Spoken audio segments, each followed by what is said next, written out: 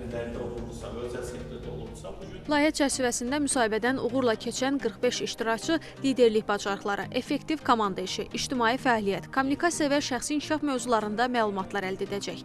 Təlimi uğurla başa vuran iştirakçılar sertifikatlarla mükafatlandırılacaq.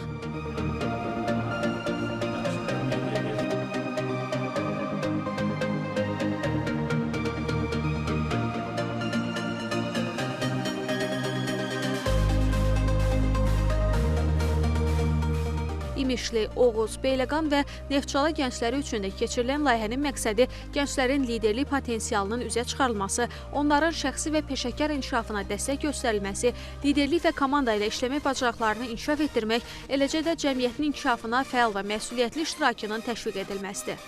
Layihənin məqsədi gənclərin liderlik və komandada işləmə bacarıqlarının inkişaf etdirilməsi, onların yeni bilik və təcrübələr qazanmasına dəstək göstərilməsi, eyni zamanda effektiv kommunikasiya, o cümlədən onların xüsusi bacarıqlarının inkişaf etdirilməsinə imkan yaratmaqdır. Həsən Məmmədov, Tərlan İbrahimova, Namiq Abbasov, NTV Xəbər.